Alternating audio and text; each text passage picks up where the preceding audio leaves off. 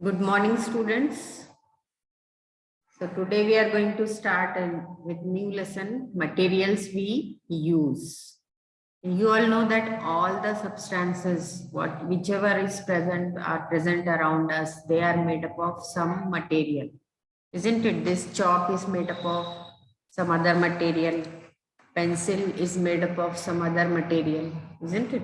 So all the objects, all the things around us, they are made up of some or the other. कोई ना कोई material से वो लोग बने, कोई ना कोई सब्सटेंस से बने हैं. सो आज के लेसन में हम देखेंगे कि जो मटेरियल हम यूज करते हैं वो किस तरह से बने हुए हैं. तो मटेरियल दो तरह के हो सकते हैं, natural and man made. Natural और man made. Natural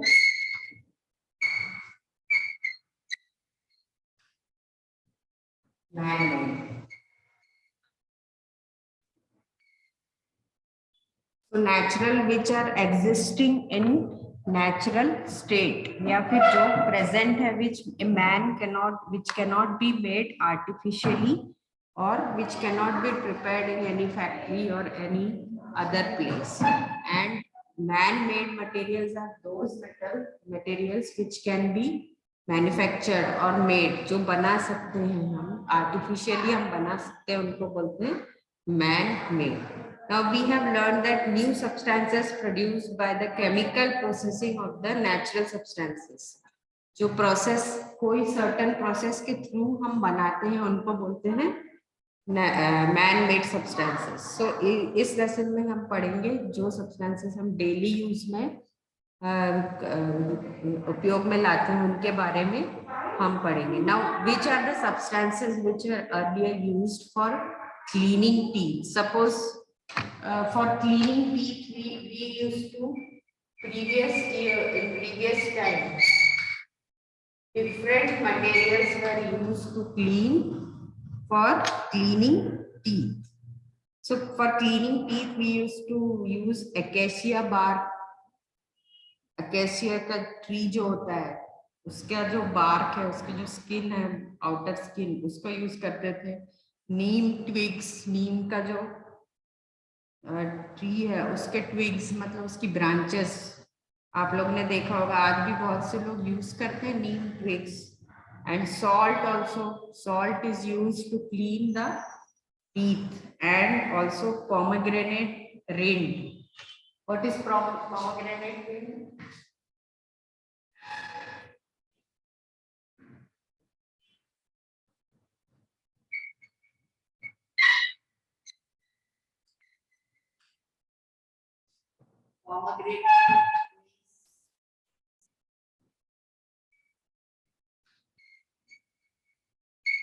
Pomegranate rind is the छिलका जो होता है. रिंड हम बोलते हैं छिलके को. तो अनार का जो फल होता है उसको बोलते हैं पोमेग्रेनेट, और उसका जो छिलका होता है वो यूज करते हैं क्लीनिंग टीथ के लिए. सो आपने देखा अकेशिया बार्क, अकेशिया ट्री का जो बार्क है, आउटर स्किन, और नीम का जो दातून बोलते हैं, नीम का जो यूज होता है वो दांत साफ करने के लिए यूज होता है. Salt and also pomegranate rind जो अनार के छिलका होता है वो यूज होता था. नाउ आजकल आप देखते हो there are so many variety of toothpaste and tooth powders which are used to clean your teeth. So many toothpaste are there, different types of toothpaste are there which are used to clean your teeth. So these are all materials, different types of materials which are used. Now the principal ingredient, जो main ingredient है, वो जो है वो है ingredient है calcium carbonate. Calcium carbonate and calcium hydrogen phosphate, ये दो सब्सटेंसेस है, वो मेन इंग्रेडिएंट हैं जो टूथपेस्ट में होते हैं या फिर कोई भी नेचुरल जो चीज हम यूज करते हैं साफ करने के लिए, दांत साफ करने के लिए, उसमें पाए जाते हैं. Calcium carbonate and calcium hydrogen phosphate, ये दो है प्रिंसिपल इंग्रेडिएंट. मतलब मेन इंग्रेडिएंट जो है वो है principal ingredient.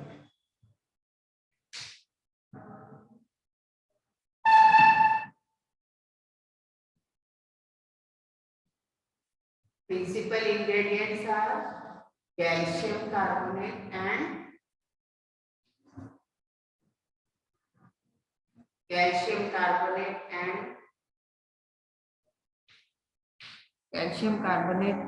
calcium hydrogen phosphate.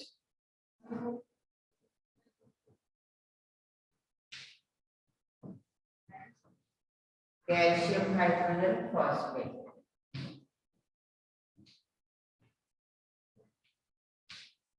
These two are the main ingredients. These ingredients also polish the teeth. ये teeth को polish करने के काम भी आते हैं. Now a certain proportion of fluoride in the toothpaste help prevents tooth decay. मतलब दांतों को सड़ने से बचाते हैं फ्लोराइड्स. ये जो होता है ये केमिकल्स भी टूथपेस्ट में पाए जाते हैं और इनका काम जो है वो दांतों को सड़ने से रोकते हैं. Now a certain proportion of fluoride in the toothpaste help to prevent the tooth decay.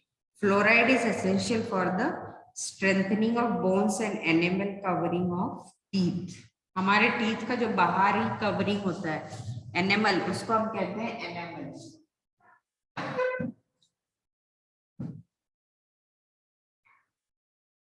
Outer covering जो होता है टीथ का, उसको प्रोटेक्ट करता है, is called enamel.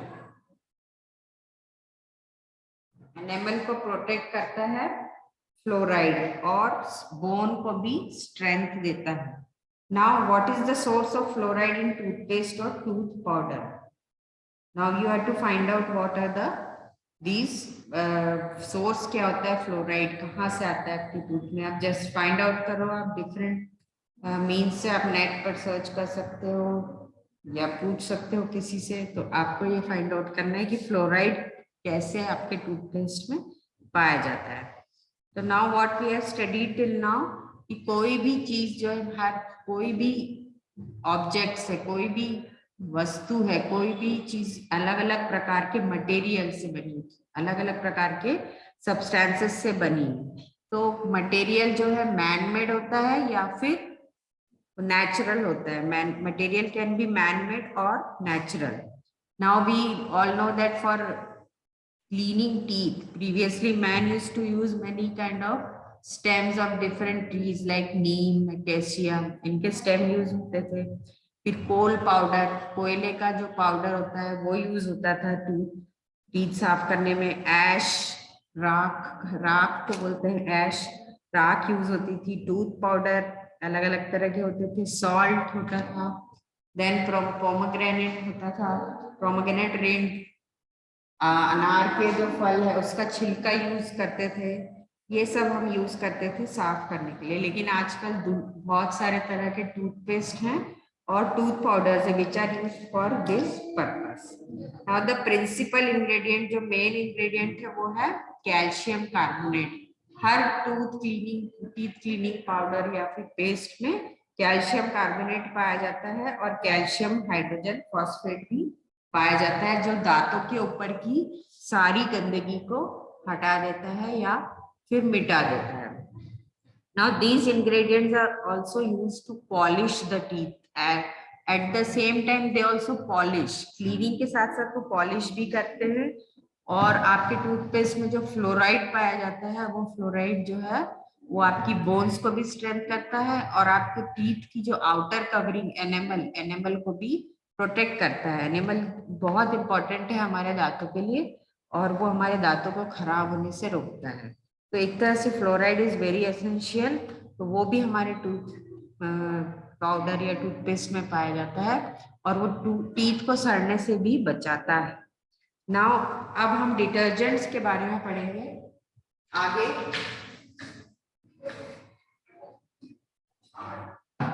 Detergents,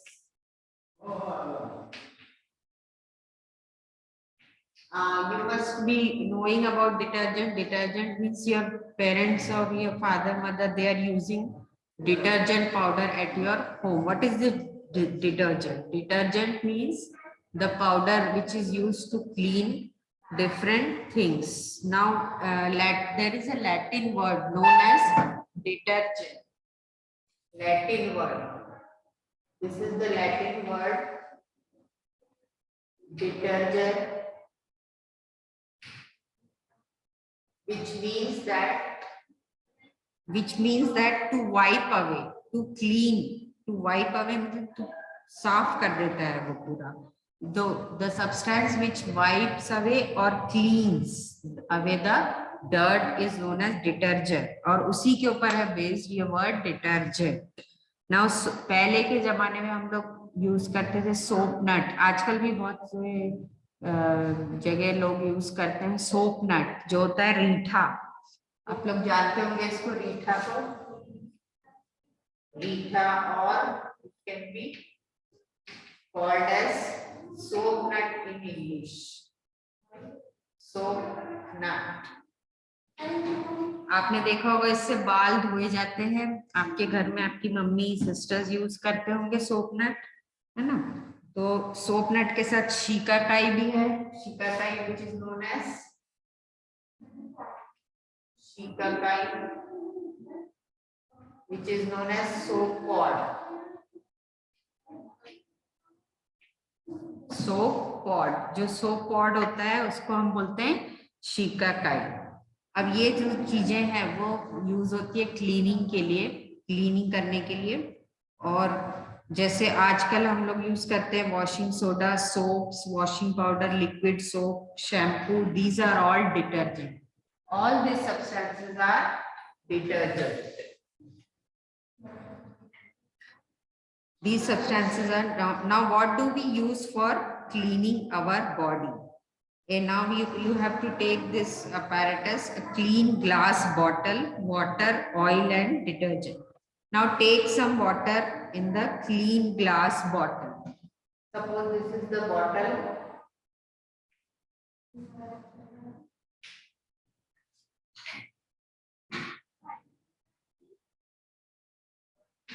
Glass bottle.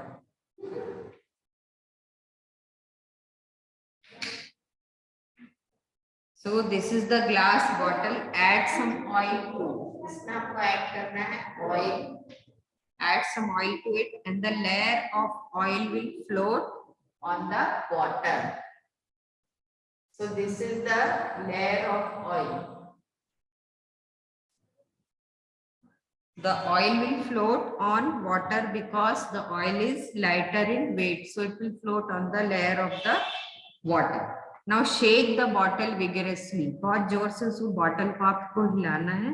After some time, when the liquid settles down, what will happen? The oil will again go up and it will settle down here. यहाँ पर जाके oil फिर से जम जाए. Now add some few drops of detergent. इसके बाद अगर हम इसमें detergent डालेंगे तो क्या होगा? Shake the bottle now. After adding detergent, again shake the bottle very vigorously. बहुत fast उसको हिलाना है. Now इसके बाद आप देखोगे कि water और oil उसका जो have become homogeneous and the color of mixture becomes milky. Homogeneous मतलब एक solution बन जाएगा जो mix हो जाएगा. यहाँ पर पहले हमने देखा जब हमने डिटर्जेंट नहीं मिलाया तो अलग अलग लेयर थी, ऊपर ऑयल था नीचे वाटर. लेकिन जब हमने डिटर्जेंट मिलाया तो क्या होगा? पूरा सॉल्यूशन एक मिक्सचर बन जाएगा जो थोड़ा मिल्की, जो थोड़ा अलग तरह का, मतलब ऑफ वाइट कलर का सॉल्यूशन हो जाएगा या फिर दूध की तरह बन जाएगा. इसका ये मतलब है कि जो डिटर्जेंट है वो इसमें मिक्स करने से हमको सॉल्यूशन मिल गया है. और डिटर्जेंट जो है वो क्यों ऐसा हुआ इसके बारे में हम आगे पढ़ेंगे. The molecules of a detergent are long and properties of its two ends are different. Now molecule of a detergent holds onto a water molecule. एक साइड में वो वाटर मॉलिक्यूल होल्ड करता है. डिटर्जेंट जो है आपका जो डिटर्जेंट है वो एक साइड में वाटर मॉलिक्यूल को होल्ड करता है और एक साइड में ऑयल, एक साइड में ऑयल के मॉलिक्यूल को होल्ड करता है. on the other. As a result, the molecule of oil mix with the water. Now what happens? Oil mix हो जाता है water के. This is how soap acts when we wash ourselves or our soiled clothes. तो इस तरह से detergent या soap का यूज होता है जो हमारे रोजमर्रा की जिंदगी में हम यूज करते हैं. वॉश करने के लिए, हम अपने आप को क्लीन करने के लिए या फिर गंदे कपड़े धोने के लिए यूज करते हैं.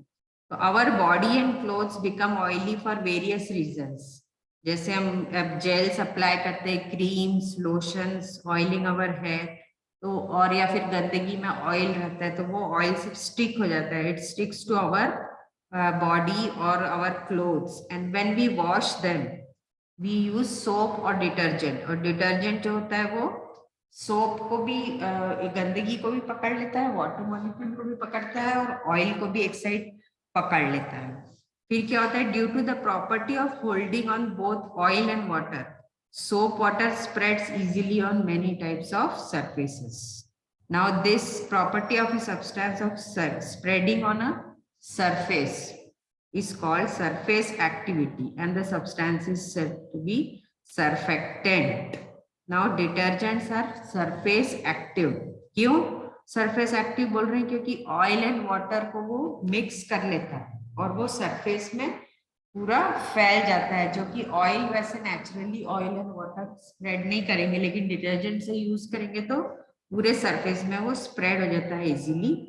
और इसको हम बोलते हैं surface activity. And the substance is said to be surfactant, and detergents are surface active, and one effect of surface active is leather formation. Leather formation means जब आप कपड़े धोते हो तो फोम या लेदर बहुत सारी छाप बन जाती है, उसको बोलते हैं लेदर.